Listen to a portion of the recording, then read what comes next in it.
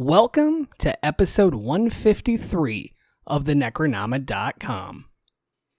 The Necronama.com is proud to announce that we've partnered with the Horror Writers Association and the Stanley Hotel and Gemma Amore and Laurel Hightower to bring you the official StokerCon pre-party. We want you to join us on May 10th, 2022 at the iconic Stanley Hotel, where horror authors including Stephen Graham Jones, Gabino Iglesias, Haley Piper, Gemma Amore, and Laurel Hightower will be reading some of their works. Additionally, the No Sleep podcast will perform a 1-hour live version of their award-winning horror fiction podcast. There will be meet and greets, ghost hunting, and a lot of drinking with authors. You're not going to want to miss it. A link to ticket information and room packages is available in the liner notes of this episode. The Necronama.com is now a proud affiliate of Libsyn, one of the top podcast hosting networks in existence. See this episode's show notes for our unique promo code to get up to 2 free months of podcasting services with Libsyn. Get your show on Apple Podcasts and Spotify. Get critical audience-building stats and all the support you need to sound your best. They even do video. Bring your podcast to life and have your voice heard here, there, everywhere with Libsyn. Check our show notes for the unique promo code and get podcasting.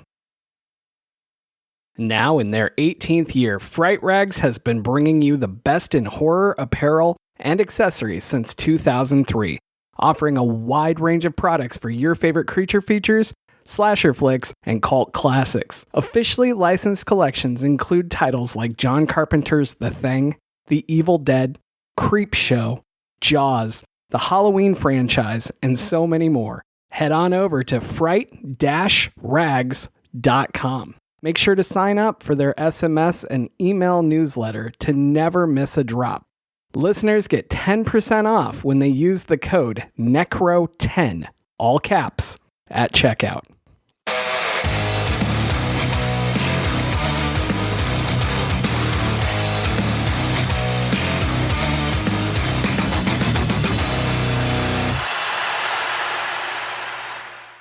I am James Sabata, horror author, screenwriter, co-host of the podcast you're listening to right now, and I've never choked on a jawbreaker or a popsicle. And I'm Don Guillory, author, historian, educator, co-host of the podcast that you are listening to, award-losing writer, and apparently I've never broken my jaw, never broken anybody else's jaw, but there are definitely some people that I wouldn't mind doing that too. Well, I hope Cassie's not one of them. Jeez. Hell no. I hope not. There's somebody else on this episode, though. What? You shouldn't talk about yourself that way, Don. All right, exactly. So Cassie Daley is joining us again. Cassie, welcome back to the show. Hello, welcome. Thank you for having me. Absolutely. Want to tell our listeners a bit about yourself? I have an art shop where I make a lot of things. I make like resin stuff and books, and they're like coloring and activity books. And then I also have like witchy self-love, self-care books. And I sell art prints and bookmarks and stickers and pretty much just like anything that you can think of that I can make. I do make it and then I sell it because I like making stuff and I get really bored really easily if I'm not. Besides that, I have a podcast also that is devoted to Christopher Pike books from like the late 80s and early 90s. So obviously the 90s are my wheelhouse and my favorite thing. So I'm very excited that we're talking about Jawbreaker today. Nice. Awesome. Yeah, I can't think of anything else. I read a lot and I work a lot and that's it pretty much. I'm kind of boring. That's not boring. Yeah, right. I have a lot of your art in my house because one of my roommates, who's 7 years old, okay, fine, she's my child, but yeah, she loves your work. She's a huge fan of your book, and we read it all the time. So, do you want to tell people a bit about that book as well?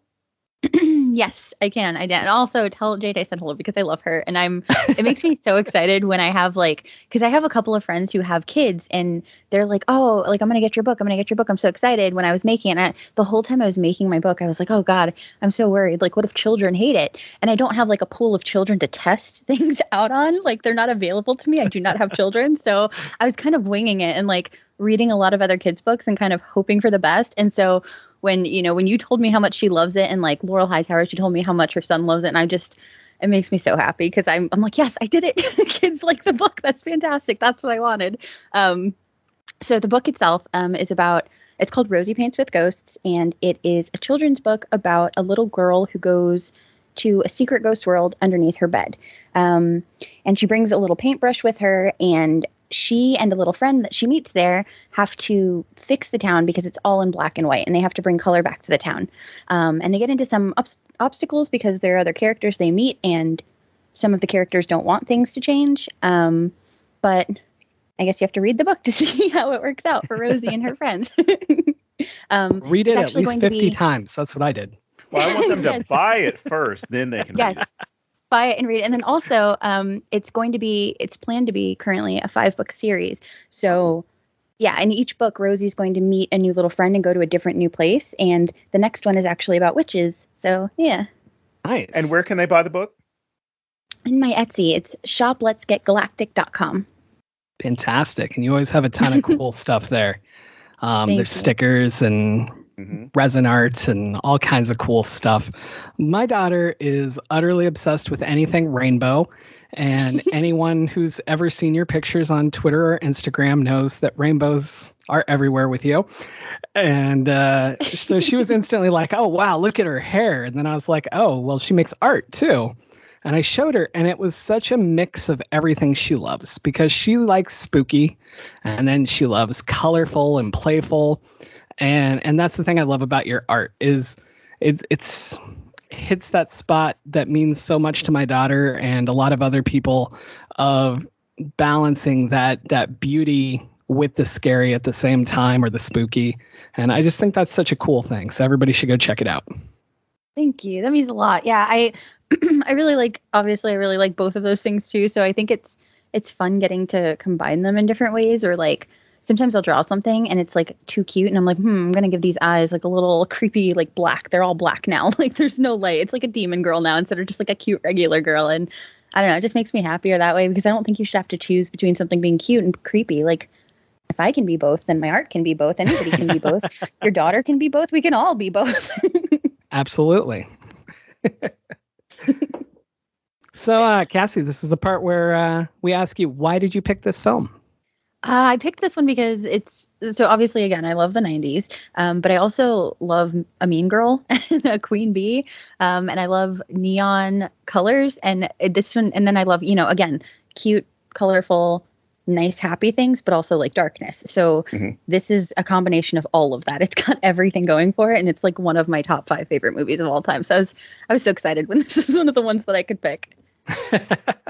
That's awesome. I hadn't seen it I don't know.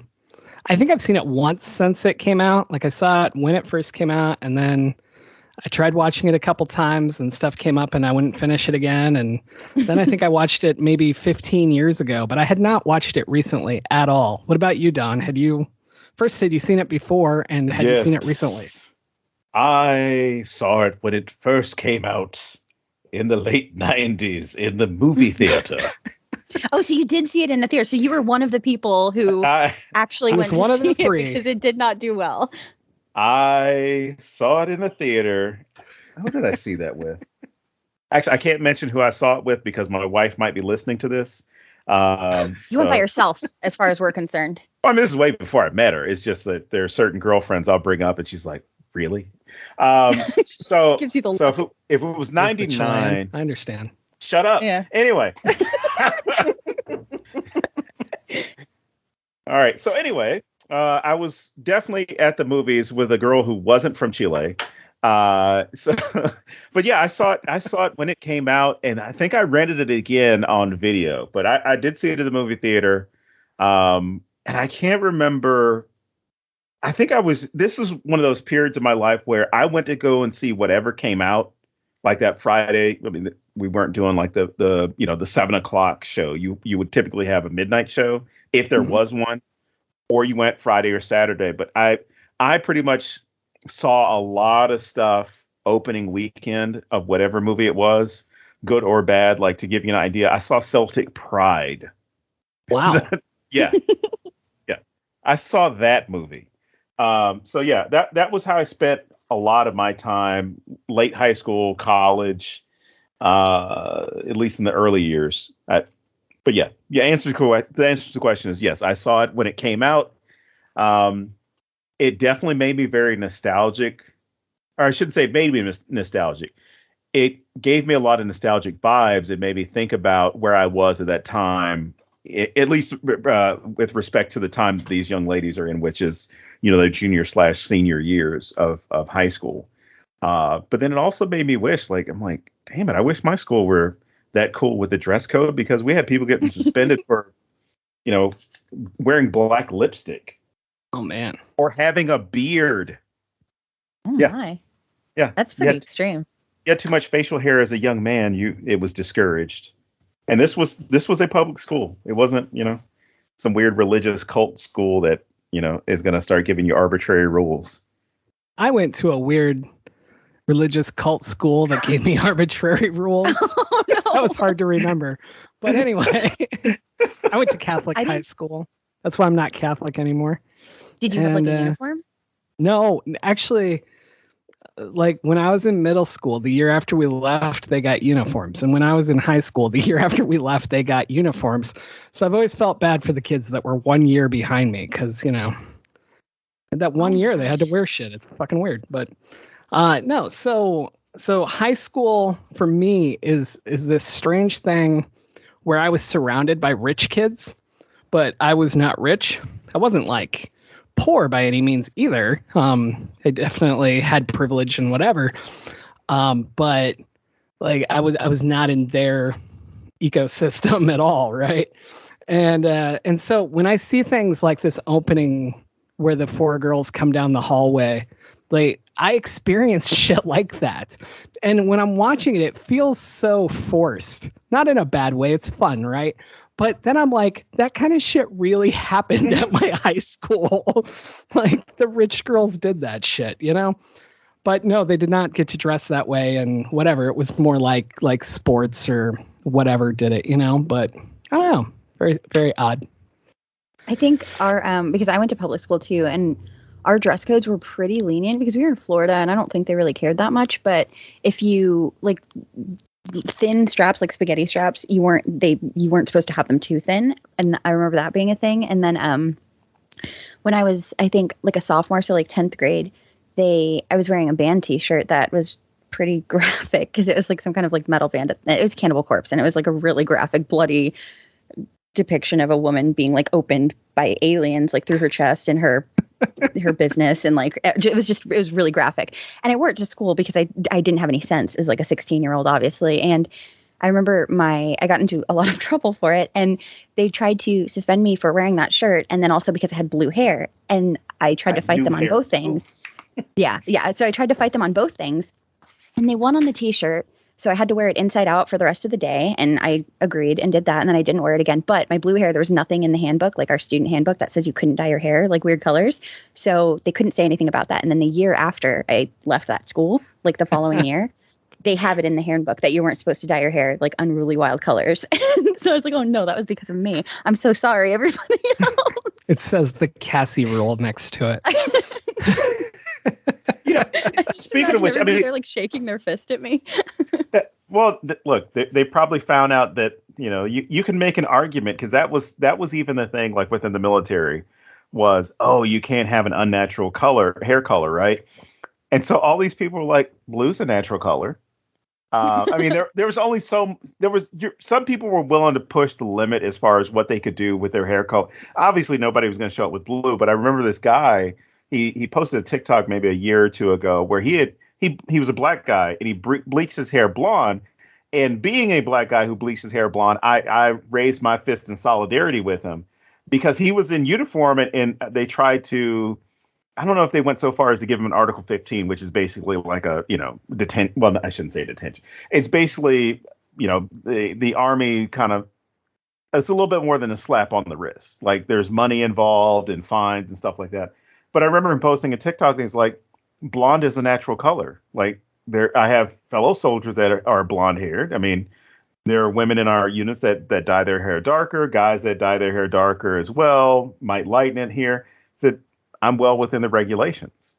And he actually ended up winning with his command where they're like, yeah, I guess you got a point. I mean, it's it's a natural color. It's not, purple or green or which are still natural colors, but it's not an unnatural hair color.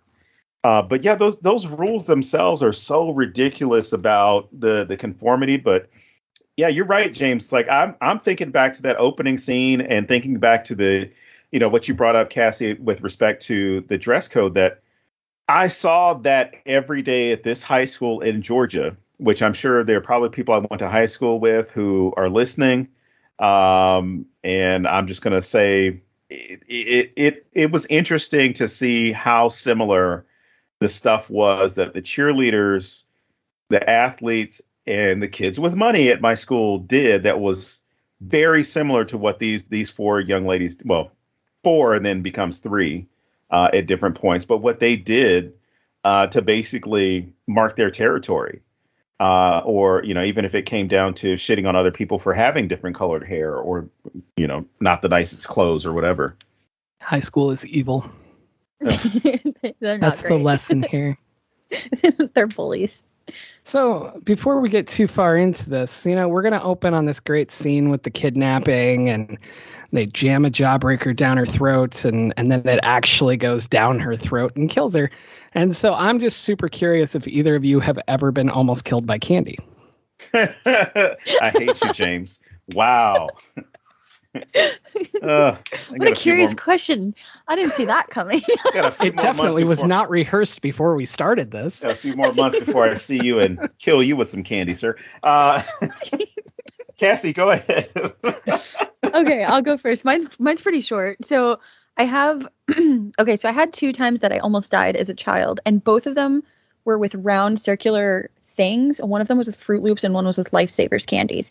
So I don't know which is which, so I'm just going to quickly tell you both because they're just interchangeable. They could have both, who knows. So one was while my mom was driving and I was in the car seat in the back seat behind her, and she was like on the freeway, and she just like looks in the little rear view mirror, and she's told me the story so many times, and she just sees me in the back with my hands reaching to her, and my face is like blue, and I'm just like opening and closing my mouth like a fish, and she like nearly hits like 3 cars because she swerves off the road and like hits the brakes and quickly like jumps into the back seat and like hits me in the stomach, and I like spit out. I'm pretty sure that was the lifesaver time because I spit out something hard, and she was like, what are you doing? Like, what's happening? Where did you get this? And I think I just found it like in the seats and decided to put it in my mouth for some reason, because that's the kind of baby I was, finding things and putting them in my mouth. Yeah. And then we rehearsed the question. I didn't know the stories. So this is very me like really reacting. Wow. So the second time, also with my mom, I was at home, and I have this weird habit. I have multiple stories, but we won't go into those, of just me being in closets, like as a child, hiding with food or candy. And so this particular time, my mom couldn't find me, and she's like walking around our house going like, Cassie, like, where are you? And then she opens the closet door, and I'm on the floor. And I think these were Fruit Loops. So maybe not candy, but close. Because I had like a handful of them, and I'd shoved them, so many of them in my mouth that they were in my throat, and I was choking on them. And so I was like coughing them up, like, but they were still in my throat, and I'm on the floor just like choking, and I couldn't get out because I was like a little baby kid. And I didn't think to stand and open the door. I just was sat there choking. And so she just happened to find me before I died, and like obviously like did some Heimlich maneuver thing and saved my life again. And I think sometime after that, I probably decided to stop putting little small round things in my mouth in dark places, or like where my mom was there. Holy crap. Wow. You're like stunned into silence by my near death. As a father, I'm terrified right now. You gotta keep lifesavers away. They don't save lives. I just wonder, is that why the hole's in the middle? Did they think that would like solve this problem? Like you'd be able to breathe through it? It's so bizarre that they would I feel have that them was like so saving small. money. That's the rule for donuts too, because then they can sell them twice, the insides and the outsides. The insides are better, and I don't know why. I do believe at one point they were selling the Lifesaver holes. They were delicious.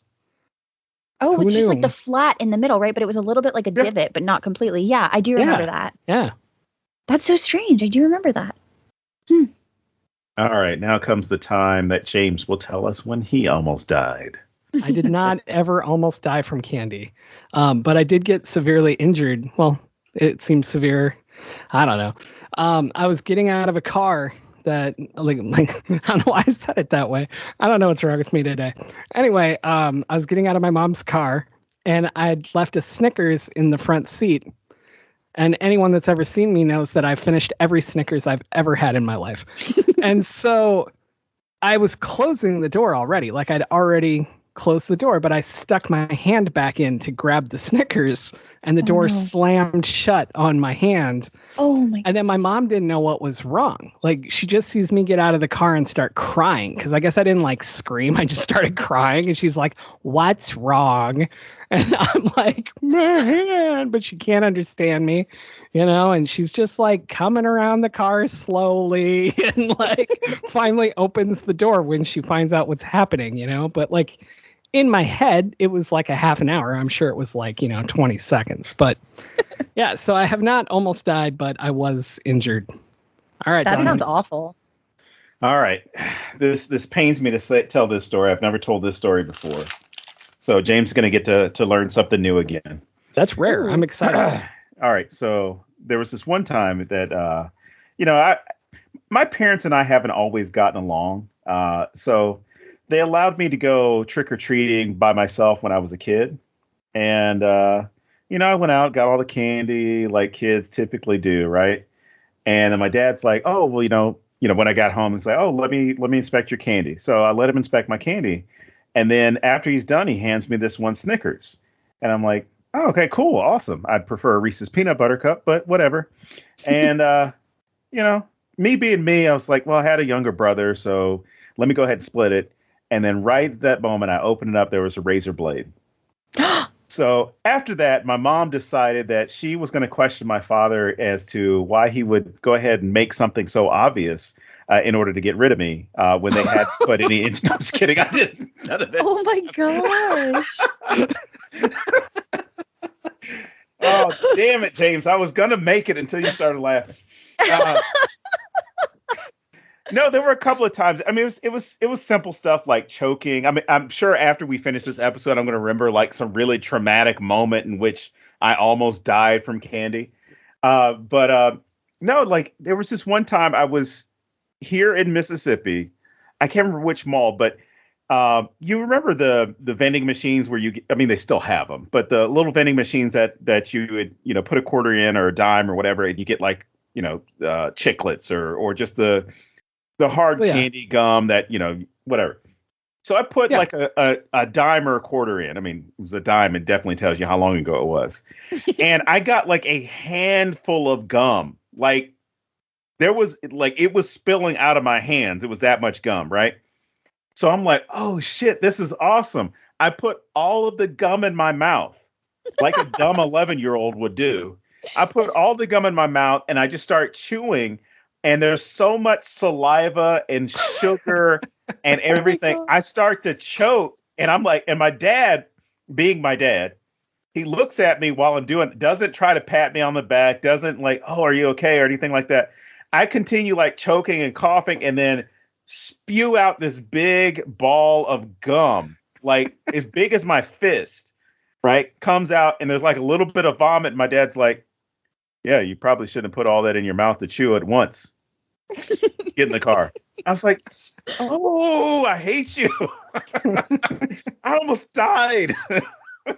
Oh my God. Yeah. So that was that story. I guarantee you, as soon as we're done, I'm going to remember like 5 more like fat kid stories about like. Just record them and send them to me. We'll add them to the end of the episode. I will not. I will save them for another episode. But when we do Willy Wonka, then I'm going to talk about that one time I went to a candy factory and. Oh my God. We do Willy Wonka. That's just going to be 2 hours of me telling you why it's exactly like Saw. No, it's All more right. like 15 minutes, and then we'll just continue. All right. So, all right, let's talk about this film.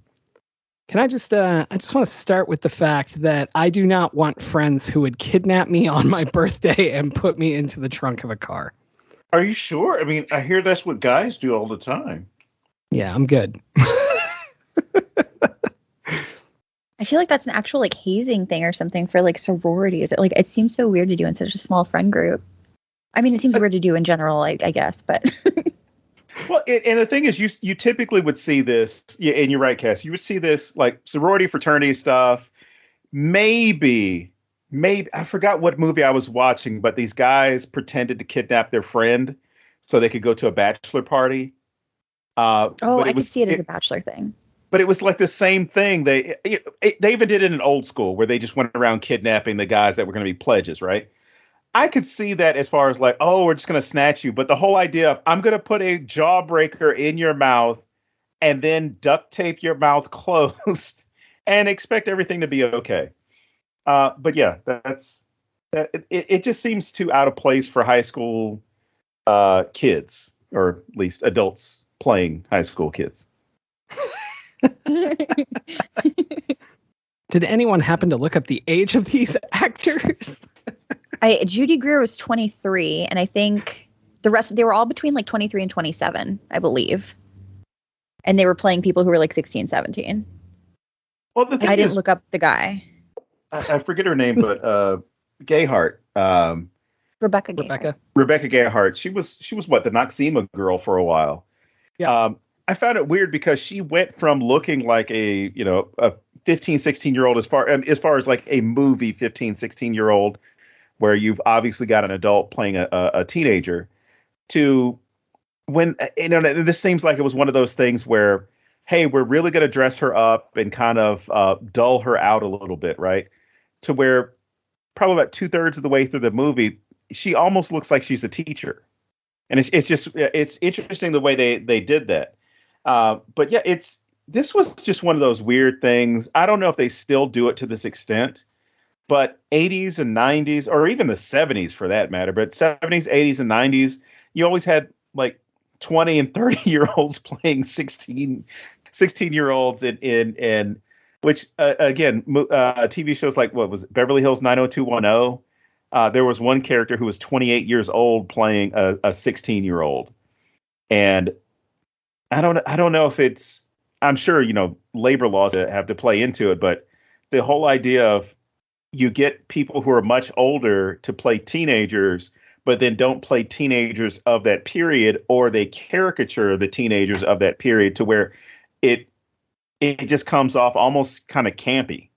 I thought it was interesting what you said about the Rebecca Gerhart's character, because I think that was an intentional choice, like you were saying, because the other girl, how she's wearing so much more clothes, and then once she comes out of her shell and she's more of like the center and popular, all of her clothes are very revealing and pink, so she's very like just Barbie doll-esque, whereas the other girl, she is very like, her clothes are still pretty revealing, but then as she becomes less popular with the other girls, she covers up a lot more so that she can blend in, which I thought was like really interesting, and I don't think I noticed that when I watched it when I was younger.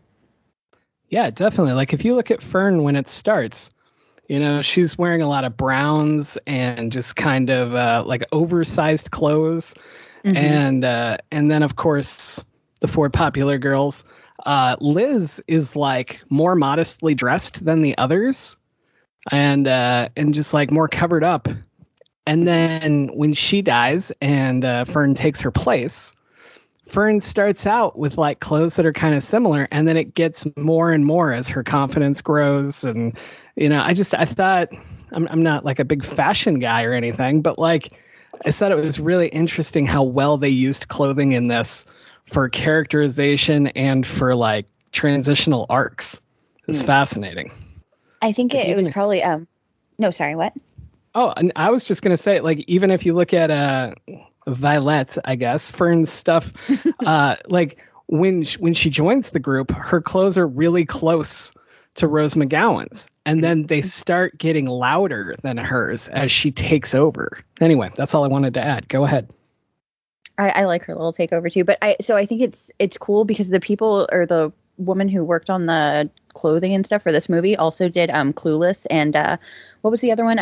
It came out a couple years before this with the 2-girl Lisa Kudrow, I think, and Romeo and Michelle. Yes, Romy and Michelle. Yeah. So she worked on both of those movies as well on the wardrobes. And you can see the stylistic choices. Yeah. Like I thought that was so interesting because it's like you can see where she pulled from those, but also where it has its very own distinct, like edgy, sort of darker flavor to it. That's not quite like the other two, but still neon and pretty.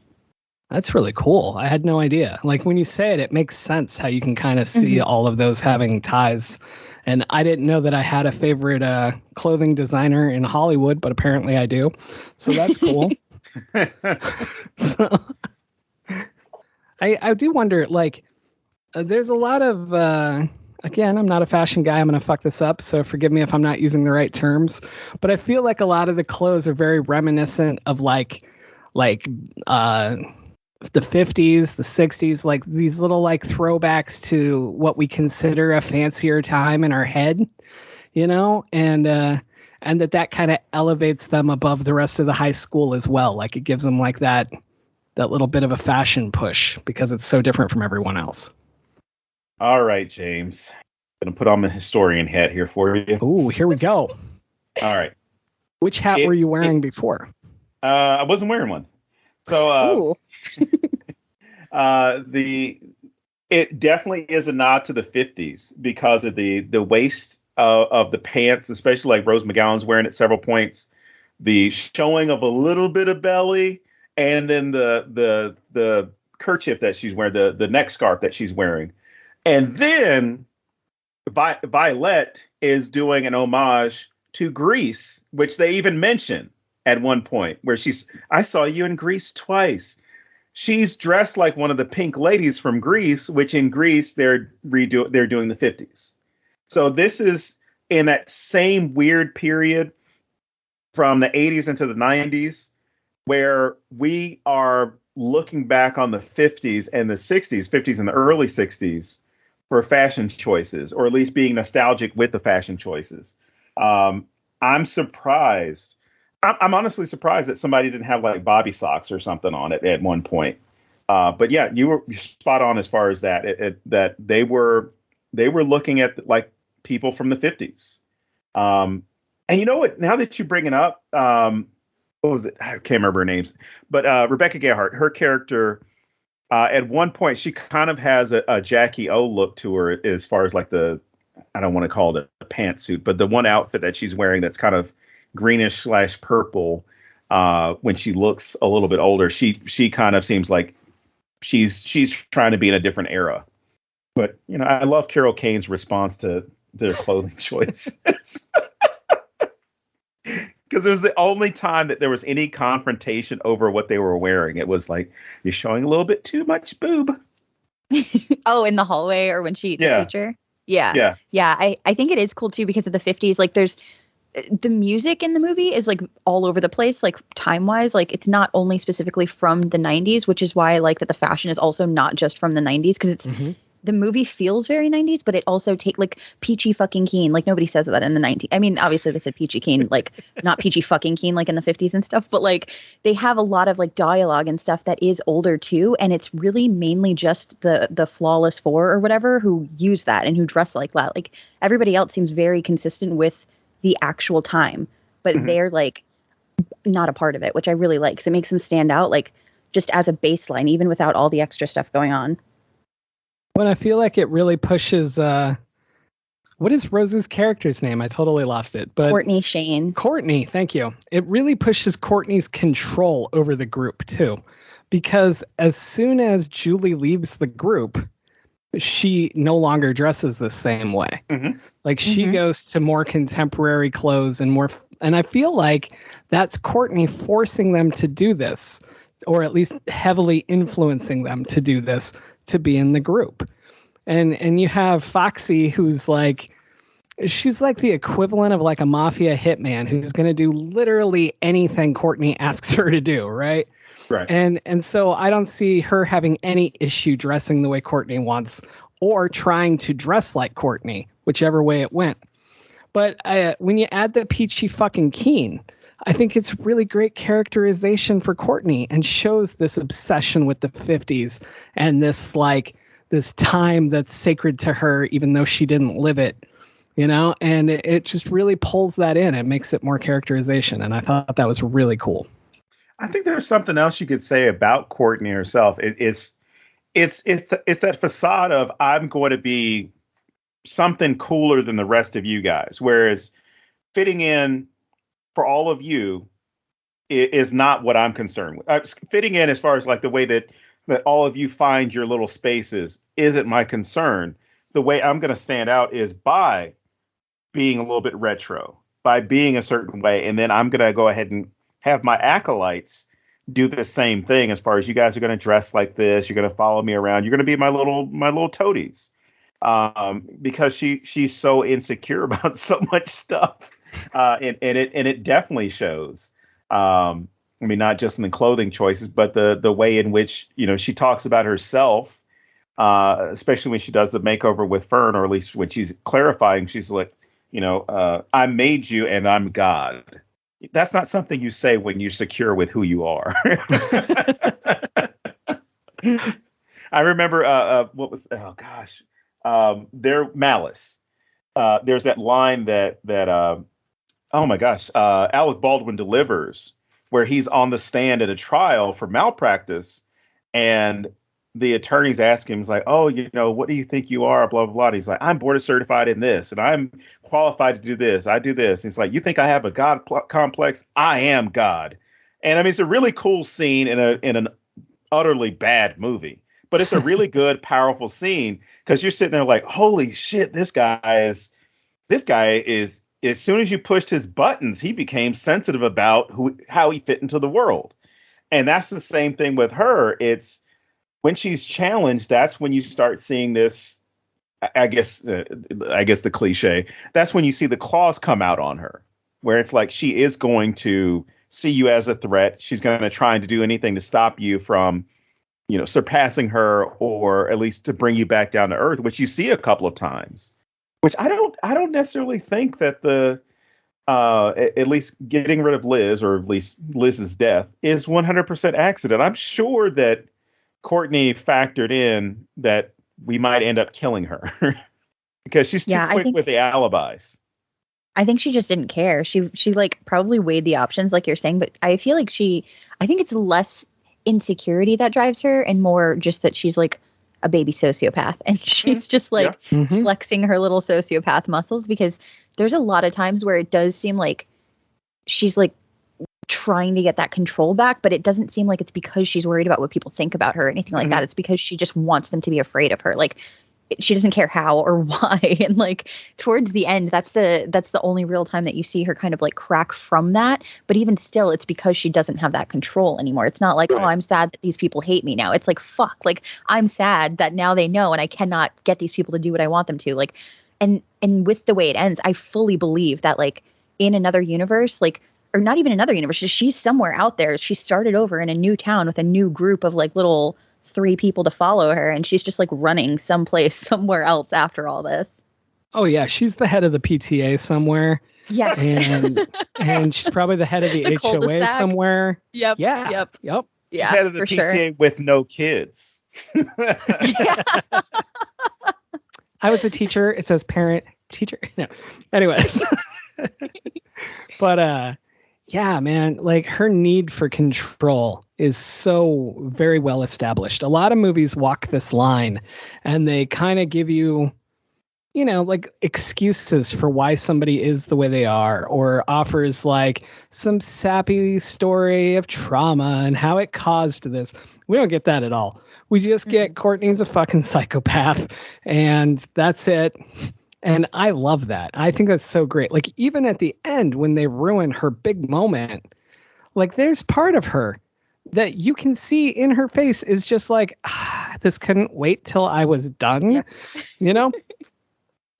Rose McGowan brought so much to this role, and it's just beautiful.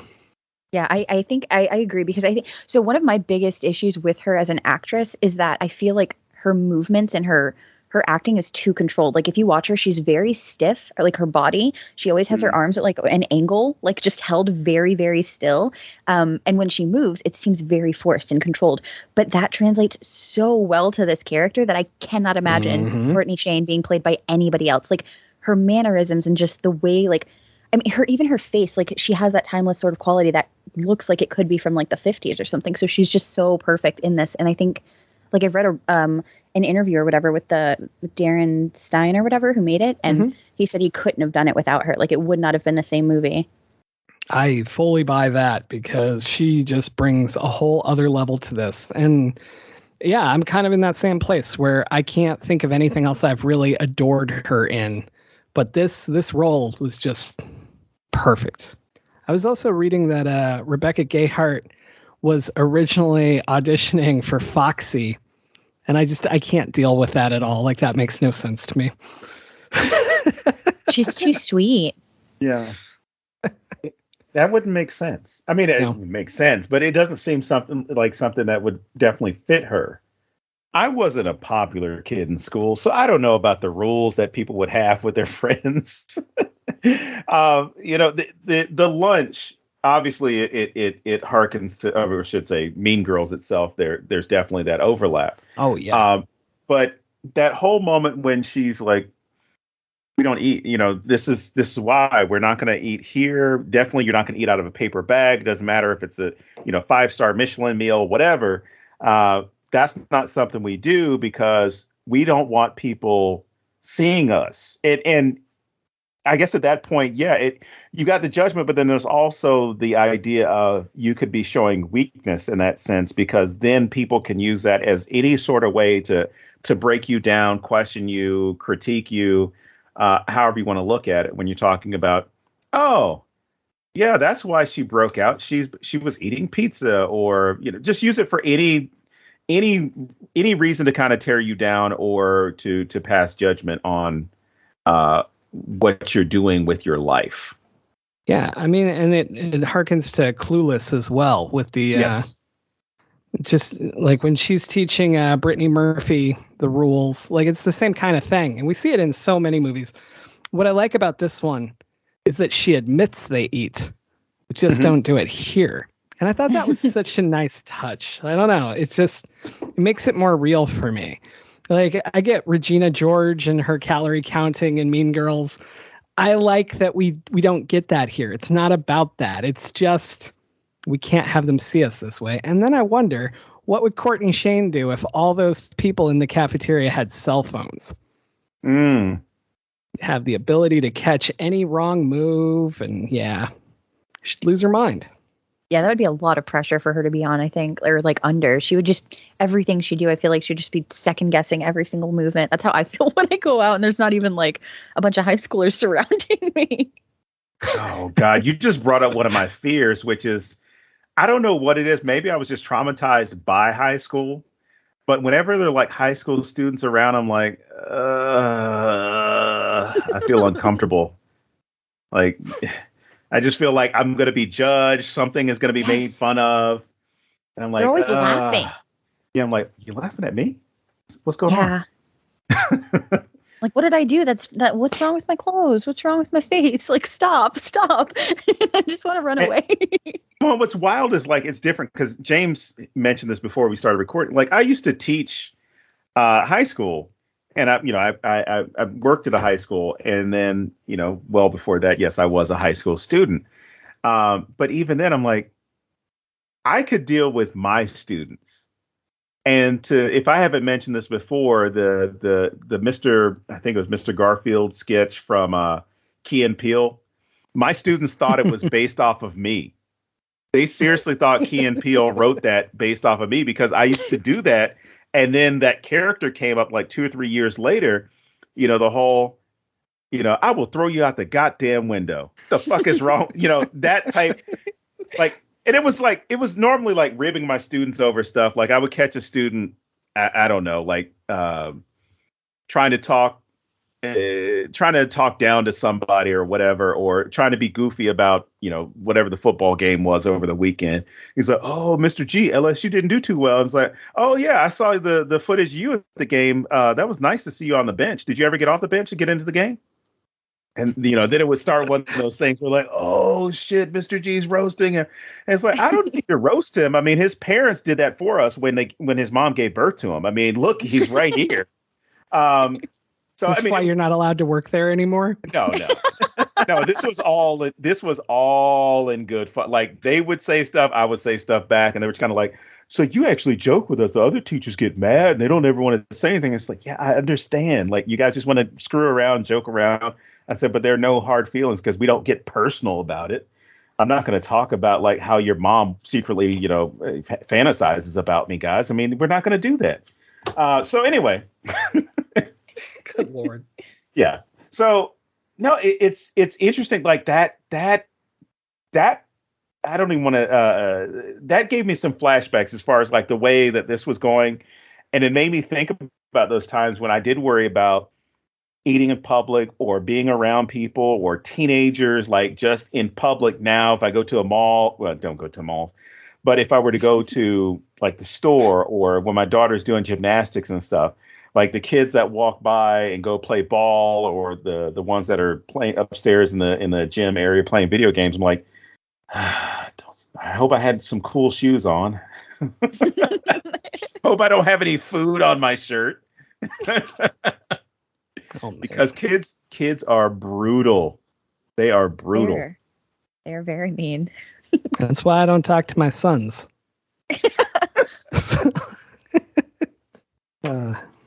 I got here. Oh, here's a fun question for you. Okay. Do you think that Fern is just obsessed with Liz, or is there an undercurrent of like homosexual fascination, love, crush, whatever you want to call it? I think she's in love with her. It's just a secret. This is the way the 90s would have written it, as opposed to like if this movie were and I thought about this a few times because this is 23 years since the movie came out, or coming up on 23 years.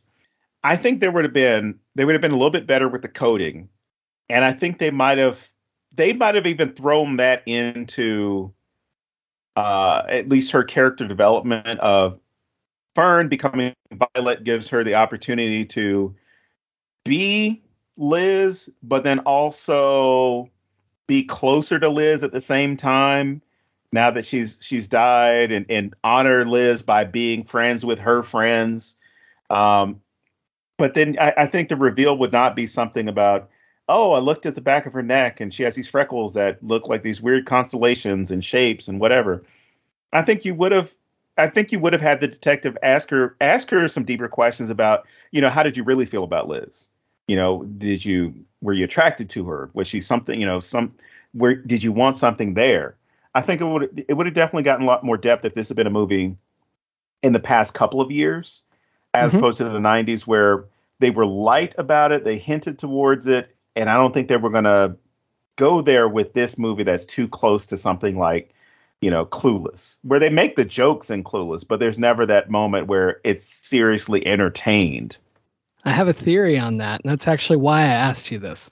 So I 100% believe that she at least had a crush on Liz. Mm-hmm. I go back to the writer and director is openly gay. Mm-hmm. And so right there, I feel like this is a great opportunity to put that in, right? But the reason that I totally buy it is because it's not just a plot device. It's not just this thing that we can put in and look at us. We're commenting on this and we're doing this. And then also nobody brings it up. Nobody says, what, were you a fucking lesbian for her? Like they do in Mean Girls, like none of that kind of shit. It's not touched. And because it's not touched, that makes me think that we're supposed to understand what was going on here. And Violet never goes for a guy, even when she's at the height of her popularity. When she talks to, what's his name, Zach, she doesn't do a good job at this. She isn't winning him over. She's not taking him back home to prove a point. She's not doing any of that. It doesn't come up. She only does it because Courtney told her to. And so for me, that just reiterates the subtext that we should get from this. And I wanted to bring this up because I think it's so fucking important to say, hey, you can do this in films without it being the main plot and without it being this huge thing that has to be used, because that's how real life is. You know, and I definitely agree. And I think there's one other thing that you could factor in there is that people who know would know. Does that make sense?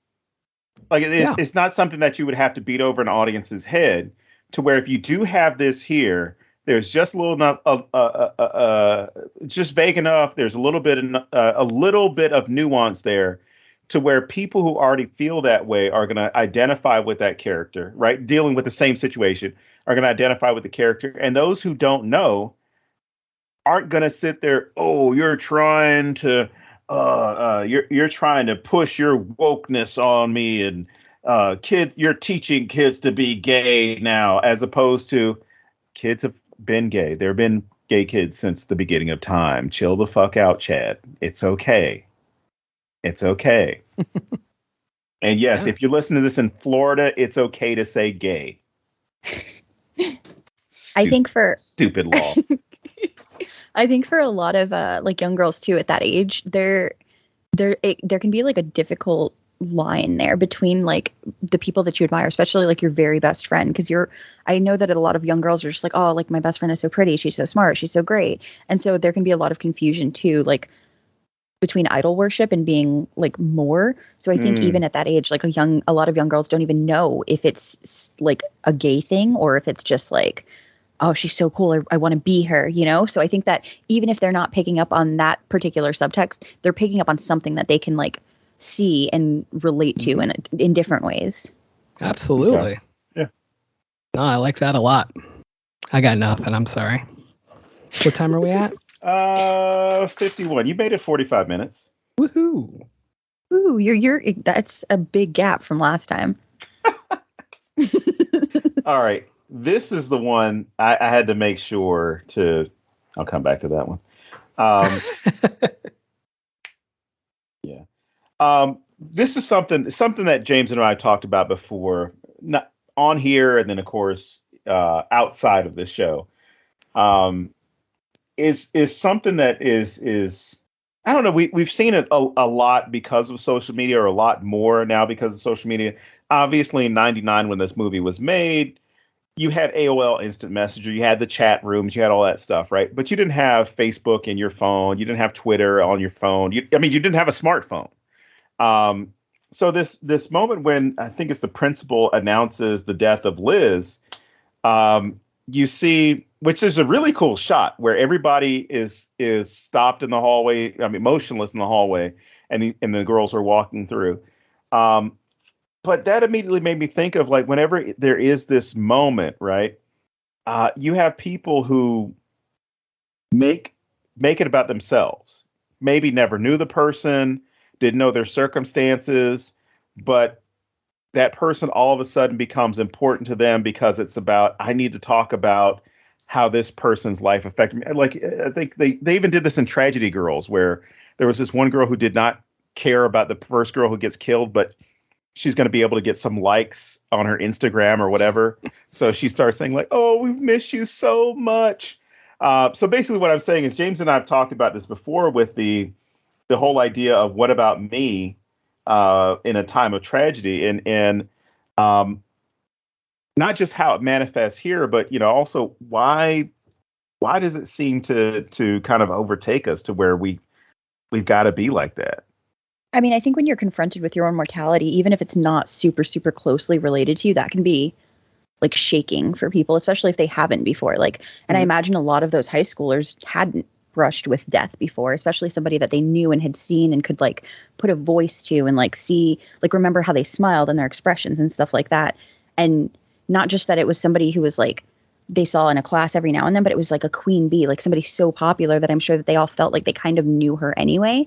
And then even going outside of just the movie, like I I feel like that's something, even if you know somebody only like barely, like even if you just know them online or something and you find out that they die, you're just like, holy shit, like I could die. People that I know die. Like you just get faced with something that you're not normally, most people aren't normally every day dealing with, which that can just be like a foundation shattering sort of like, oh shit kind of thing. And I think when people have that kind of experience where they're faced with that mortality and they don't know what to do with that, the only thing that they can really react with is sharing. And because of social media being what it is, people post, like they post their stories, they post. And I think sometimes it seems like it's not very genuine because you're like, you don't really know them. Like, for example, when there's a celebrity who died, people get sad sometimes. And there's a lot of people who are like, why are you sad? You never knew them. But like, I cried when Robin Williams died because I grew up watching his movies and like him as an actor, it was so closely like related to me, like watching and being happy and like escaping into that movie world that I felt like I knew him, even though obviously I didn't. So,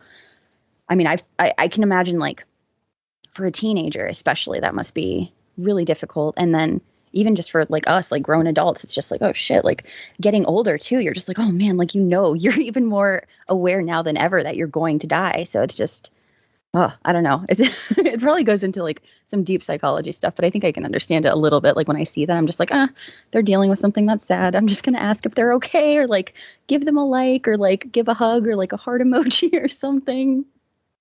Oh, definitely. Now, not to get too deep into this, but have either of you had a situation like this happen at your schools, high schools, or even college for that matter? Like a student dying? Well, I mean, a moment, not obviously not someone being killed by a jawbreaker, but I mean, as far as like some traumatic moment at the school that kind of, I wouldn't say defined that year, but it definitely took you made you taken aback for a little bit. Cassie, have you dealt with that? So I don't know if it's probably a little bit more personal than that, but like, so when I was in 5th grade, when I was 10, my little brother died, and I found out in class, like my mom came to my class and we were in we had a portable classroom. So it was like out in a field with a bunch of other portable classrooms away from the buildings. Because I don't know, that's where all the 5th grade classes were. I don't know why, but my mom came in like looking especially haggard, like really upset. And all the kids immediately, like everybody in my class, all these like other 9 and 10-year-olds were like, ooh, Cassie's in trouble. Like there was this like air of like, obviously something was wrong, but they're kids. So nobody knew that it could be something so serious. And like my mom came in and she talked to my teacher for a moment. My teacher was like, oh shit, like Cassie, get your stuff. Like you need to leave.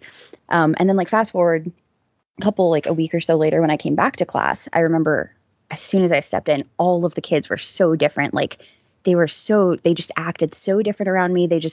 Anytime death was mentioned at all, they would all look at me and then like look at each other. And like, I remember the whole class made like little cards, and in a lot of the cards they made, they were just like little greeting cards, like telling me like they hoped I felt better. They were thinking of my family. But in a lot of them, some of the kids would be like, my grandmother died, or like my grandpa died, or something like that. And so I thought it was like, I don't know. I think it's interesting that like maybe it doesn't fully answer the question, but just like even in that situation where it's like it was my brother, like not somebody that they'd ever met. It was like a little baby brother. Like they still seemed to be really, really affected by it. And I remember it wasn't just something that was like localized to that part. Like it lasted throughout the whole year where they were like kind of walking on eggshells a little bit anytime certain things were mentioned.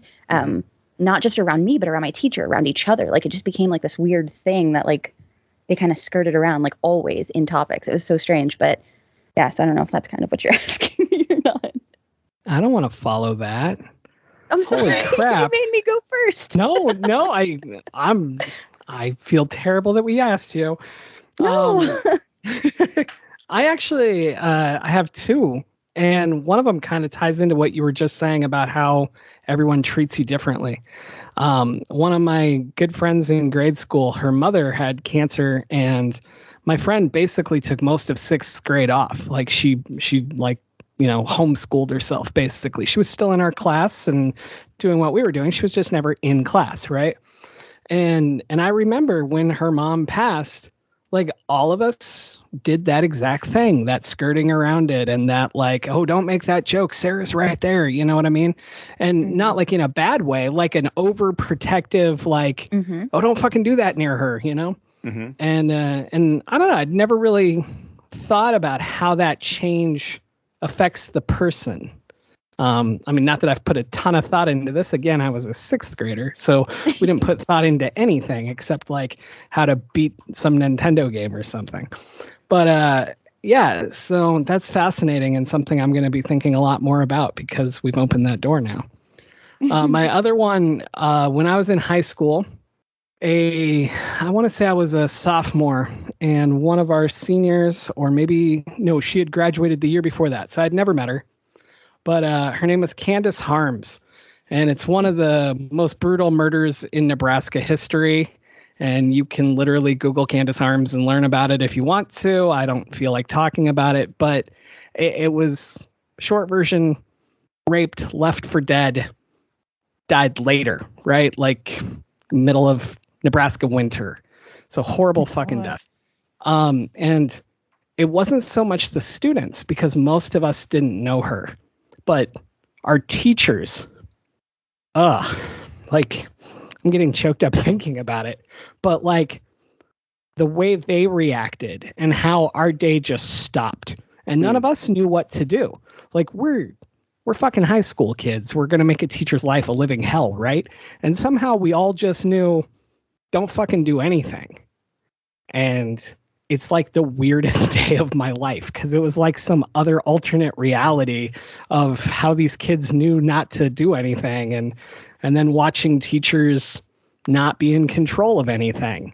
And somehow we all still got through it. But yeah, like, I don't know, that's weird. It's just like some unwritten rules that we're all aware of somehow. Yeah. All right. I don't know how I'm going to follow any of that. I will edit it in so you go first. No, I honestly, I can't recall. I can remember like national events because, you know, I was part of that generation where we watched Challenger explode on live television. But even then, as a kid, we're kind of like, what, you know, not that we said this, but the mentality was like, what the fuck just happened? But I mean, the teachers like turned the TVs off really quickly. And we're like, whoa, what's going on?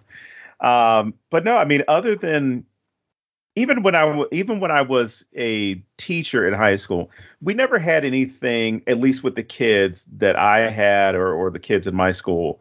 My biggest thing was, I guess, with social media and everything, was after kids graduated, because I've had several of my former students die, and what kind of gave me a little bit of peace with it was seeing how these kids, I mean, they're all adults, but how these former high school students of mine like came out to support their families, you know, and they may not have even talked to you know, their son or their daughter in years, but they at least, you know, reached out to the families and offer them, you know, something to help them through that time.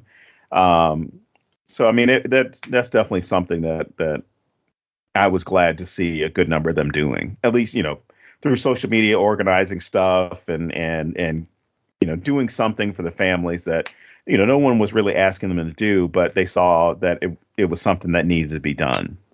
You know who does not do a good job with this stuff? The teachers in this fucking movie. Oh, Jesus Christ. Don't even get me started on this. They don't care. They're not helpful. And then poor Fern is apparently missing because the teachers can't figure out that this new person is missing for 4 days. 4 days. This other girl, this popular girl, was brutally murdered and raped apparently. And now poor Fern's been missing for 4 days and no one does anything about it at all. Terrible teachers. That's all I'm saying. Well, that also tells you how much Fern didn't matter. You know? Because she didn't get any attention as Fern. I mean, she got attention from Liz. Like, Liz kind of knew who she was. She didn't get any attention from anybody, even up to the point when she's missing. And I think the only reason why they knew she was missing was because the police officer was looking, you know, into what was going on, trying to figure out what. But it was just still weird that it happened that way. And everyone's saying, oh, there's this new kid. If I'm a teacher, the whole Violet thing and Fern thing doesn't work.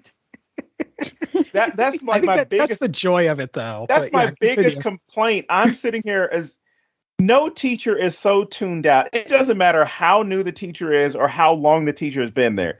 You're going to notice a new student, that's on your roster. And if you don't have a new student on your roster, you're going to notice a new kid in your class, because I'll tell you something about the classes that those kids had. It looked like they only had about 20 kids in each classroom.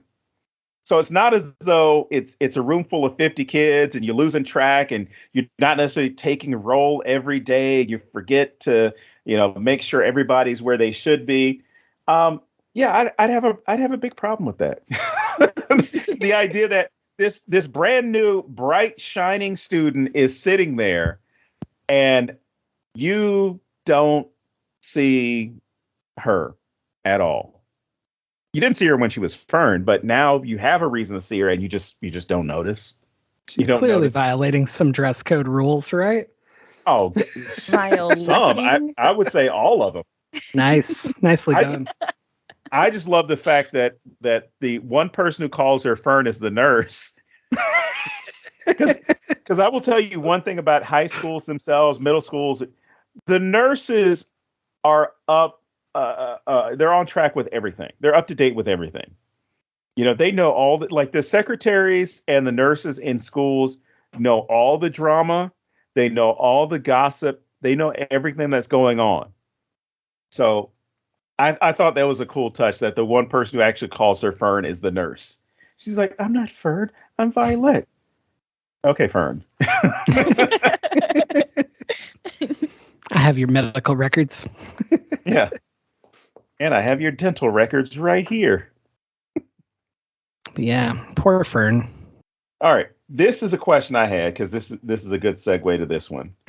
And it's a question that gets asked, sort of gets asked in the film. What is a friend anyways? Oh, man. What a loaded question. No kidding. Also, how did I not see this coming? Like, the movie directly asked me repeatedly, and I still did not expect you to ask this question.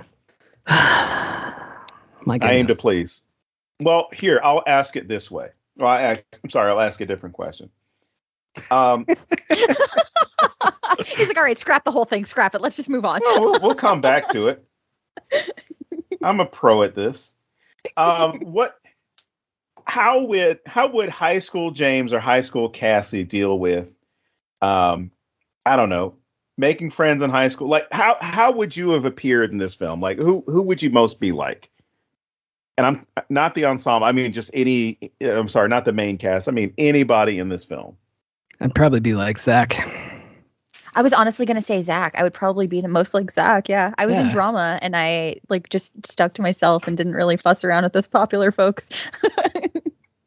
I had my weird group of friends, but we didn't like the popular people but we also weren't like the art kids, or we weren't like the stoners. We were just weird kids that played video games all day. So you sat at the weird kid table. Yeah, the weird kid table. I think that's a fair assessment. I Googled it. Tables. You Googled weird kid table? No, I Googled what is a friend anyway, but go ahead. Tell me what you were going to say. I was going to say, I didn't, so I was troubled in high school anyway, so I got into a lot of trouble, but we had because our school was big, so we had our lunches split into A and B, and I had A lunch, but I would always go to my A lunch and then skip the classes that I would have during their B lunch so that I could also go to B lunch. And so I didn't have one specific table that I sat at, but I would go flip between the tables. So I would go hang out with all these little crust punk kids, and then walk over to these goth kids table, and then walk over to the little nerds table, and then go hang out for B and with the drama kids near the library. I would just spend my whole lunch going from table to table and hanging out and eating other people's food. It's great. I also went to multiple lunches, and that's how I got this body. All right. Same. I'm right there too. This lunch, they got the good pizza. It's bad pizza, but it's good because it's I don't know. In my experience, I just like pizza. So even if it's terrible quality pizza, I'm like, oh, this is pizza. How great. What a good time. Pizza. Yeah, exactly. When I was a senior, I actually had the lunch period off. So I had all 3 lunches free. I could just do whatever. So I would just go chill with different friends who were, wherever. So, yeah. Anyway, so I Googled what is a friend anyway, because I thought it would be a really funny answer, right? Okay. And no, themighty.com has like the best answer I've ever seen to this. And now I'm sad I was trying to make fun of it. But it says, a friend is someone who understands you, and if they don't, they try to. They want to know what you're all about and what you need. A friend is someone who is there for you when they can be, but also sets boundaries when they need to. Holy shit, what a great definition. That is good. So I still don't have an answer for you, but I just really had to share that because I thought that was so amazing. That's my answer. I put it on there before this, just because I knew this would happen. It's beautiful. Good writing. Thank you. Pat on the back.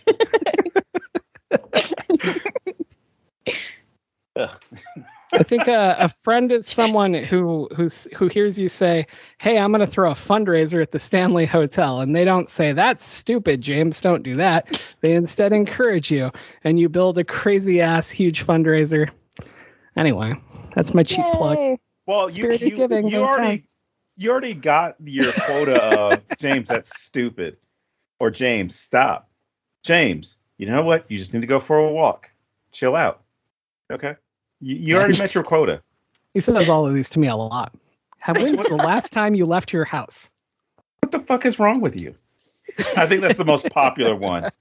That's the text. It's like, hey, I was thinking about blah, blah, blah. I'm like, what is wrong with you? He also sends me pictures of like glaring at the camera. I could upload like a whole Facebook album of that, and it would just be Don glaring at me. Sometimes that's the only response you need. Yes. Thank you. That's exactly what the message is half the time.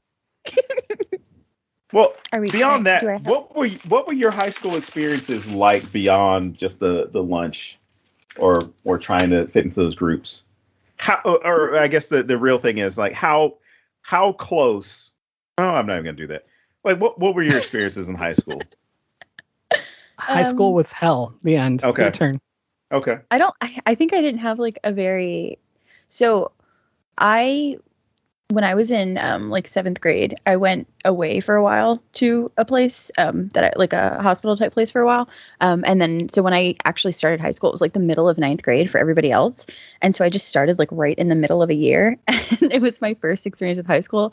And because of like how I had done in the years before, like in middle school, I had been in like 8th grade classes in 6th grade. And then I was taking high school classes in 7th grade before I like went to that place. So when I came back, they were like, oh, she's like on par with everything else. So they put me in like 10th and 11th grade classes when I started in the middle of 9th grade. And the thing is, when you're in like a hospital type place, there's a lot of other kids there and they can't really devote time to teaching you like at your level. So they kind of just do general stuff that everybody can do, which is understandable, but also not the best for kids who need to learn. So I ended up falling like way behind. And so when I just started in the middle and then be put in advanced stuff, I was like, oh, fuck, like, I don't know what I'm doing. Like, this is terrible. So I spent a lot of my school time not going to class and then showing up on Fridays to take tests. And then I did well on the test because I would bring the books home and study, but I didn't like being in class because I always felt like I was not where everybody else was. But the tests, I was passing all the tests. So I wasn't at school a lot, but I got into adventures, and then when I was at school, I was going to lunches and eating people's pizza. And then, I was in drama. So I did, I played Puck in A Midsummer Night's Dream. So that was fun. And then, it's not very eventful, like other than just not being there, which I guess isn't the same for everybody. What about you, Don? Oh. Going with my high school was hell answer? Oh, no. Like, it was worse for me because here's the thing. I had a decent high school experience until junior year. So freshman and sophomore year, like, it was okay. I had you have your friends that you hang out with that you do stupid stuff with. But then junior year came around. I don't know why, but this one group just insisted on harassing me like any chance they got. And my senior year, this is going to be one of these moments where James learns something new about me. Sweet. I hope this one's real. I could not eat a banana nut muffin without thinking of my senior year in high school. And that is because I did everything I could to avoid being in the hallways, avoid going to lunch, avoid like being anywhere these guys would be around, right? Because they were trying to always start stuff with me. And it was one of those things where if it was one guy, the typical cliche thing, it was one guy, he never said shit. If it was two, they would say something. It was three, then it was like, oh, let's make fun of his clothes and his shoes. And oh, let's talk about how fucked up his hair is. Oh, he's probably gay, which, for some reason was an insult. Which again, like if I could talk back to myself at that time, I'd be like, who the fuck cares? Because that's not an insult. But the way it was, as far as that type of level, you didn't want any type of target on you to where somebody could pick on you. So anyway, I didn't realize how big I was. And I mean, like from working out and stuff, I still thought like I was, an 8-year-old kid, 9, whatever. I couldn't do anything. And I had no idea like that there were people who were actually scared of me. So if I knew then what I know now, it's probably good that I didn't know it because I probably got in a lot of trouble. But my senior year, I was so concerned with, I just need to get out of here. I need to leave. I need to go to college. I need to get the fuck away from here. I don't want to see any of these people around again. I don't want to deal with any of this ever again. So my plan was every morning I would stop at Dunkin' Donuts. I would buy a banana nut muffin. We're not sponsored by Dunkin' Donuts. I just want to make that clear. I would go to Dunkin' But Donuts. if they want to send us money, yeah, or banana nut muffins. I would stop every morning my senior year of high school and get a banana nut muffin. I would hold on to that banana nut muffin to have as lunch every day for high school. I was one of the journalism kids. So I would go into the journalism room to pretend I was working on the paper at lunch, during lunch, to actually eat one banana nut muffin that I was eating a day. So I didn't have to be in the hallway when lunch would, because that's when all the chaos would happen, is when people were going to lunch because there was a massive wave of people and the teachers didn't give a shit. They weren't really paying attention. So my thing was, I'm not going to get my ass whipped by about 3 or 4 guys, and then hope the teachers are going to show up or the coaches are going to show up and break it up. So it's like, I'm not going to be seen. So I made it all the way to graduation. I did everything I could to stay as far away from anybody who's going to get into my face about something. So luckily, I went back to my high school twice. I went once my sophomore year. I think it was my sophomore year, freshman or sophomore year. I went back and just to visit one of my teachers and say hello. And then I went back when I was traveling or passing through. I just stopped at the high school, took a picture outside of it because I want nothing to do with that place. But it was also one of those things to remind myself. I think this was like 20 years after I graduated. I went back and I was like, yeah, I still hate this place. I still hate it. And so people, I have like 5, maybe 6 people I actually went to high school with that I'm friends through. I reconnected with through social media, and I want nothing to do with anybody else I went to high school with because, one, they were either responsible for me almost doing something very bad. I'm not going to go into details, but I will just say it was going to involve a lot of bad things happening. But they were somewhat responsible for me almost making that decision. And then there was the group of students that were ridiculously homophobic, racist, xenophobic, and whatever, but they all wanted to be your friends because they wanted you to come and love Jesus with them. But meanwhile, they didn't like you because of whatever your background was. I want nothing to do with them because they have never left that area. And we're not talking about like some quote unquote podunk BFE area. This is like the suburbs of Atlanta. And they want to stay in that area for the rest of their lives, which, is perfectly fine. That's for them. But what I mean is that their mentality hasn't gone beyond that. They're the kind of people that are looking at all the stuff in Russia and Ukraine and saying all this shit like, oh, if I were there, it'd be over in 2 days. It's that type of mentality. Like, they haven't gone inside the perimeter of Atlanta. They won't travel overseas, or if they travel overseas, it's to vacation at resorts. It's not actually to see what people live like. I'm sorry. Or they're going to go do missionary work. Not that there's anything inherently wrong with, well, actually there is. Not that there's anything wrong with wanting to do missionary work, but there's something wrong with the idea of missionary work as being, it's just an extension of colonialism. That's all it is. So anyway, that is a long answer to let you know what piece of shit high school experience I had, and and one of the reasons why I don't live in or near Atlanta, because I don't, aside from a handful of people, I don't want to see anyone I ever went to high school with. And yes, I've never gone to any of my high school reunions because of that. So I just hope they all read about me one day, and I get a movie deal or win the lottery, or I get famous for beating up Elon Musk or something. And they're like, I know him. And I'm like, no, you don't. Bye. Man beats up Elon and steals spaceship. Look, we got to get off this planet somehow, man. I'm down. Let's go. So to bring it back to the film, I don't think there's much left. I just want to talk about the ending. We kind of hit it a little bit with the proms going on, and Courtney finally has her big moment, and then it's destroyed by her former actions and everybody bringing it to now.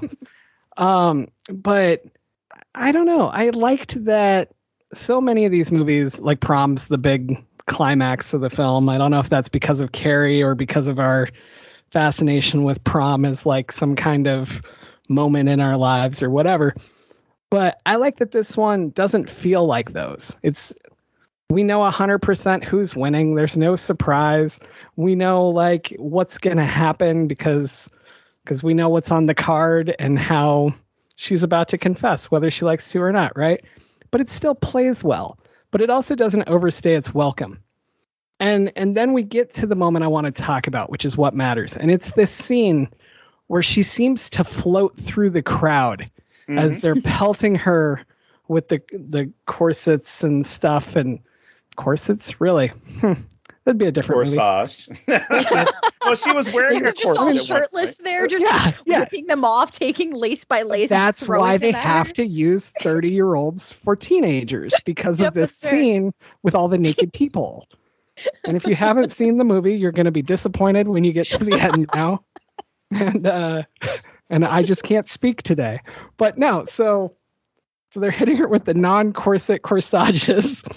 And I love how she like floats through them. And this goes back to the wardrobe thing we were talking about. She doesn't have like a white dress, but it's kind of like silvery. And it gets this nice pop of color when she's being hit with stuff. And it's just such a cool scene how she's an outsider now instead of in control. She's the more, not quite muted color because she very much sticks out, but she's definitely not a part of this crowd. And I find it fascinating how the filmmakers are able to pull this off with this shot. And it's just beautiful. There's like a little tiny fun fact for you that she's wearing like the silver thing in her hair that matches her dress. It's like the string type thing that's like woven within her hair. And that wasn't originally part of her costume design. Rose McGowan actually wanted to put that in there because when her mascara is running and she's like floating through the crowd at that point, they want her to look like she's coming undone. So they have that thing in her hair. Then she got the idea to like have it literally coming undone while her makeup's like going down her face and stuff. So she just looks like completely wild. That's awesome. I thought it added, it's really cool. Like I thought it added like, because without that piece, like, I mean, she still looks a little wild, but that really, because it was so perfect before and it was such a statement piece in her hair. And now for it to just look like haphazard and like partially undone and just sticking all like wild. I love it. It's cool. That's really cool. Now I'm going to go back and rewatch that scene again. The other thing about this scene is, and I could be wrong, but the way I remember it is this is the last time we see Foxy, right? And Foxy hides under the table.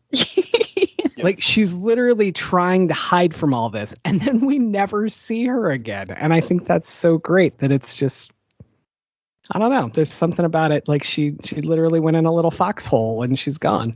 I didn't think of the foxhole thing, but that's funny. I think so. Something that is really interesting to me about this scene in particular with Courtney getting her like comeuppance or whatever is that given how dark this movie is in comparison to other ones like Mean Girls and just like stuff like that, what happens to her is not that bad. Like she doesn't get like, it's not like a Carrie-esque like blood over her head. She doesn't get poisoned or like bleached out by a drink. She doesn't get like hit by a bus like Regina George. Like she literally just has flowers thrown at her and then that's it. Like, and given the fact that she literally murdered her friend and then tried to cover it up, not just that, but like the levels with Marilyn Manson on the bed, like just the sociopathic things she did, she doesn't really get a hard, bad ending for herself other than losing popularity amongst those little people that she doesn't really care about anyways, which I think is so interesting and really, really sets this apart from a lot of the other ones that are very similar to it.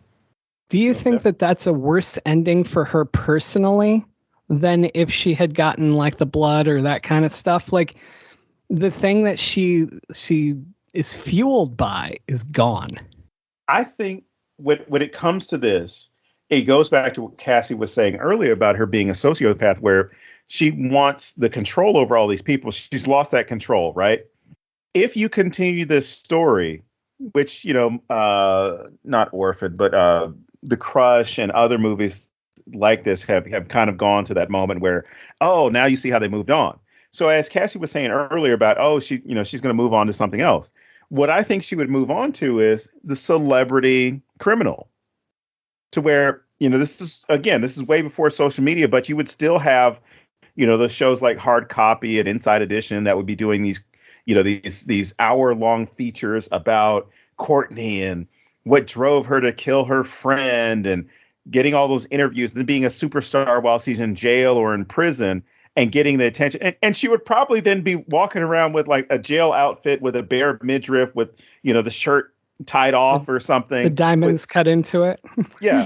With a couple other people like following her around that are helping her run her section of the jail. Yeah. So I think by leaving I'd watch with that. Yeah. Same. By leaving if pink it is that the new way, black. I was going to call it Jailbreaker. Oh. They're both so good. I love it. It's Jailbreaker. Pink is the new black. There we go. Yeah, but Rose, if you're listening, we're ready to write this film with you. My God, you guys are horrible. Sorry. No, I mean, as far as like, I could already see the movie in my head. Right? Piper shows up and she kills Piper. Oh my God. There's a new whatever. I don't know. There's a new inmate in town.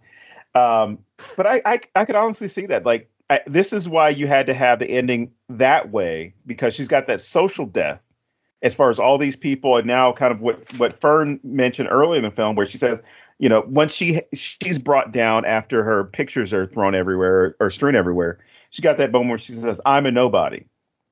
That's now what Courtney is, because she doesn't have that control. She doesn't have that power anymore. And I don't know if it's necessarily people looked at her as like, oh my God, she's such a horrible person for killing Liz. Oh, or it's, hey, let's all pile on her because she's weak now. Let's do it. Oh, we skipped my favorite scene. Does anybody want to talk about the popsicle? Oh God, I didn't. So I was going to bring up the popsicle scene when we were talking about the fashion, because the thing she's wearing, that fluffy sort of like, she's just got this whole Betty Davis thing about her, like in the whole movie, and I love it. And the frilly pink, like, just felt like so like Austin Powers, and then like that whole. And so I think a fembot. Yeah, she could be, honestly, but I think it's really interesting too, because I think that for her character, like how you were saying, like she dresses up because she wants people to see her this certain way, but I think it goes maybe even a little deeper than that we can see from that scene, because it's her whole room, and that's not something that's public facing, which I think tells us that she just really likes those things, and she maybe wishes that she were back in a time where she would maybe, because so the thing that she seems to like is like seeming a little bit submissive, but then like killing you like a viper or something. Like she wants you to think that she's pretty and like non-threatening, and then she's shoving a popsicle down your throat, which I think would have been very revolutionary in the 50s. Like that would have been, she would have been even more of like a bombshell back then. So I think that's partially why she's so obsessed with that too. Also, I love her Love bedroom, that. and I wish I could live in it. You know what I don't like? It's like all these kids have awesome. I mean, obviously it's for the movie and stuff, but all these kids have all these awesome rooms and lives and just I don't know. Maybe I just grew up poor. No, same. Yeah. So I'm like, wow, you guys you didn't have to share a room with somebody. Wow, you didn't have to share a Yeah. bathroom. As an Also only the child, fancy I'm just sitting bars. here quietly. Oh no. Well, I mean that's good for you. It's not bad, but like I'm a girl and I was the oldest of my brothers, like of the people, like because I had older siblings, but they didn't live with us. So I had two Mhm. little brothers that I did live with growing up. And for a lot of the time I had to share a room with them until it got to be too old where I was just like, no, mom, like this is getting weird. Like they're taking my bras and wearing them as hats. Like, please, I need my own space. No, Like, yeah. And so, yeah. I don't know what to the say to segue that. from that. No, yeah. It's not a hat. That's really all. That's where it ends.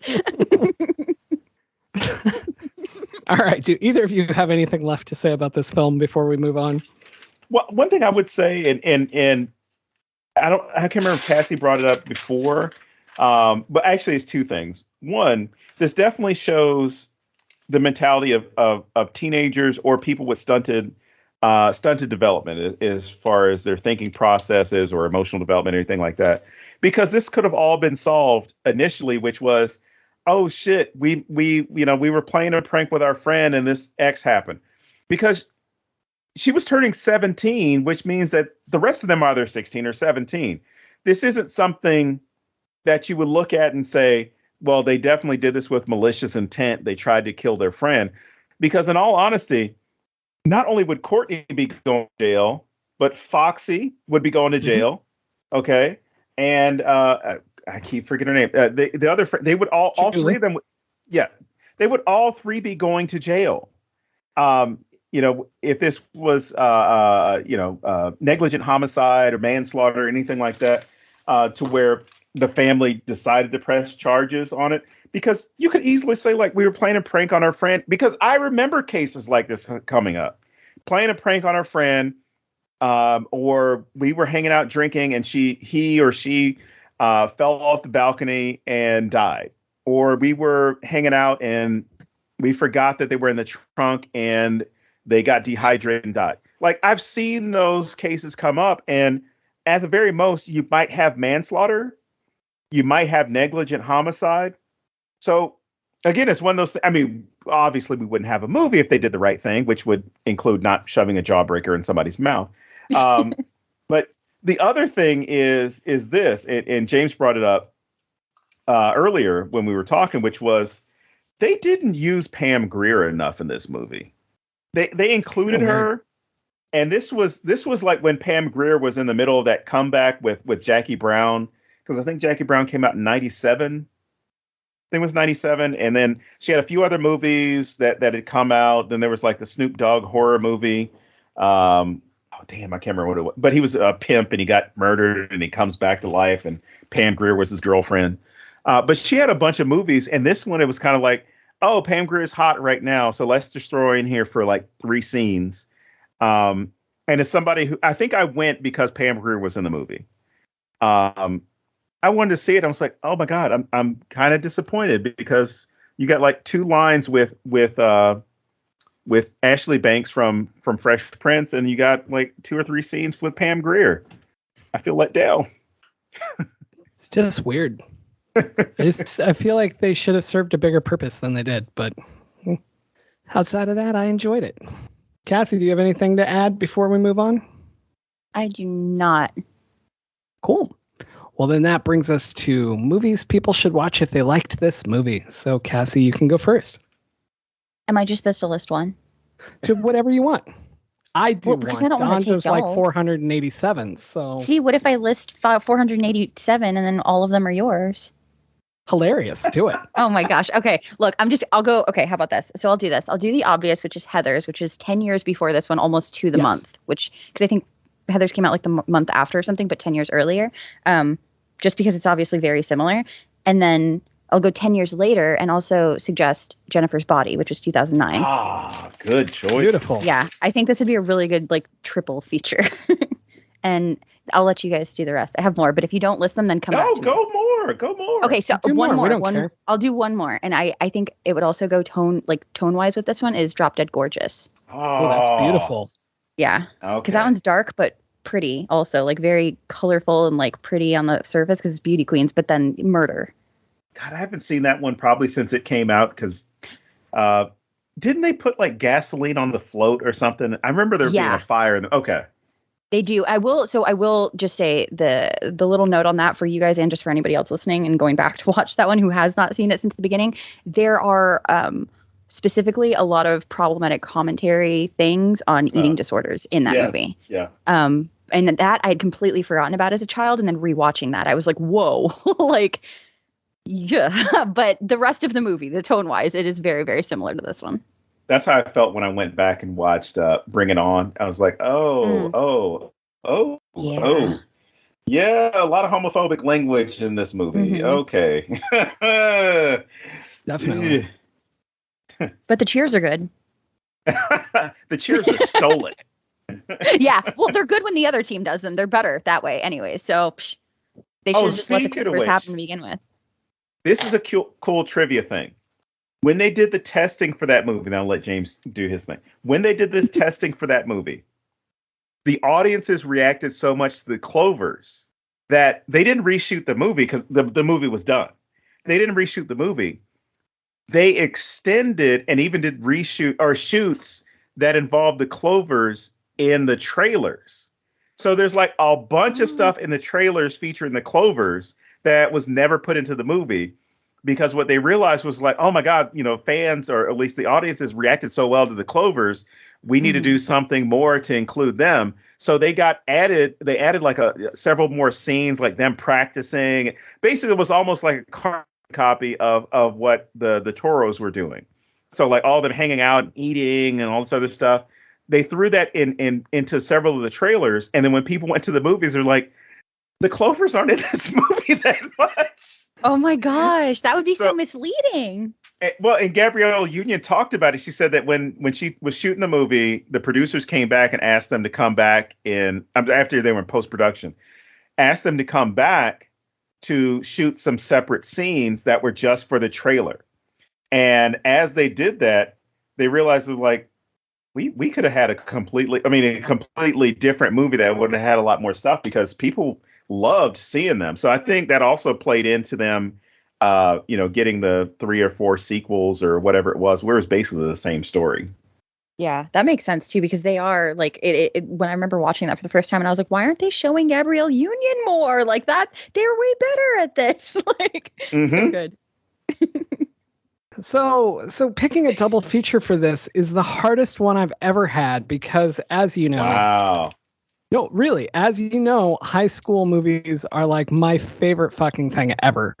So there's all the obvious choices, right, that we've already named, like Mean Girls or Easy A or these others. And so I was sitting here thinking about how this feels different than other films like it. And I was looking for something else with that same kind of like familiar but like fucked up feel to it, right? And I'm going to go with Dead Man on Campus. Damn you. I've never seen it. Oh my God. Watch that movie and then go around and sing his song and you'll know the song. And just have a great life because of that movie. Did you paint this? Did I what? Smooth. Did you paint this? It's so smooth. I love everything about that film. But really, I also want to throw out an honorable mention, which is Spontaneous, because I feel like these would be fun to watch together. Like Spontaneous is obviously a little darker, but it's more current, and that's how we tell stories now. And it just brought me back when you were talking about the people that make it about them. I just kept thinking about that kid that kept going, we were supposed to go to prom together. So I had to throw Spontaneous in here as well. All right, Don. How many films do you have for us? That cuts me down to 537. All right. Because we already, Heather's was already mentioned. You brought up Spontaneous, Dead Man on Campus you brought up. I mentioned The Crush earlier in this. But some other ones, and I guess I'll start with the classics. My Fair Lady, Frankenstein. Are you going to go by decade? That would be amazing. No, why would I do that? That's horrible. All right. So My Fair Lady, Frankenstein. It would be Frankenstein, then My Fair Lady if we were going to do it that. Actually, I would take that back. I missed one. Freaks. I would include it as well. Summer Camp Nightmare. Fear with Mark Wahlberg. Rock and Roll High School. Punches its chest? Yes. Yes. Okay. Sorry. Oh, no, you're fine. Rock and Roll High School Forever. Not to be confused with Rock and Roll High School. Rock and Roll High School Forever has Corey Haim in it. I'm sorry, Corey Feldman. Unfriended, Prom Night, The Faculty, Sugar and Spice is definitely one I would pair up with this. Urban Legends. I'm surprised no one said Scream. Serial Mom, Disturbia, Black Christmas. We already mentioned Mean Girls, and I'm surprised James did not mention this one at all. Not Another Teen Movie. I really thought about it when you were talking about Bring It On. I was reciting cheers in my head that I thought would get me in trouble. Yes, those would get you in trouble, James. I would not recommend it. You're the We're West black. Compton We know Wildcats. it. We got big booties and we show it, or however they said it. I can't remember. We ain't white. We ain't white. We definitely ain't white. Not Another Teen Movie is like one of my favorite films of all time, so it had to be said. Plus, you can watch it and literally it will affect how you watch the original films. Like I can't watch She's All That. I get angry watching She's All That because I want the punchlines from Not Another Teen Movie. So, yeah. Look, anyway, with Can't Hardly Wait, that movie, Not Another Teen Movie, ruined Can't Hardly Wait for me. Because I keep thinking stuff in that movie is happening when it didn't happen. So that's all. I just sleep with every person that gives me a letter. Anyway, all right, we got to stop this. We're killing our street cred. So, what cred? All right, right? Yeah. We're like 153 episodes into ruining any credibility that we had. So, Cassie, let's bring it back to you. Where can people find you online and visit your shop and all that good stuff? You can follow me on social media at ControlAltCassie. It's CTRLALTCASSIE. And I also have a shop, which is shopletsgetgalactic.com. And that's where you can find all of my art and stuff. Fantastic. Well, thank you for coming back on again. We appreciate it and had a great time. Hopefully you did as well. I did. I had so much fun despite all the sad stories I shared. I'm sorry. Hey, we were all sharing them. Yeah. It's like shared grief. This was the most fun therapy group I've had in a long time. So yes. I'm only like 1/4 joking, and the rest of that was true. All right. So no, this is most of my social interaction for like a month. Oh no. You're just gonna sit there in the corner sadly eating it. We'll be with you in spirit. We're right there. No, mind you, I still eat banana nut muffins. I just can't eat one without thinking about high school. Do you have to eat them alone? Mainly I do. Aw. Sad day. All right. So I guess that wraps up another episode. As always, I am James Sabata. And I am still Don Guillory. And we'll see you back here next week at thenecronama.com.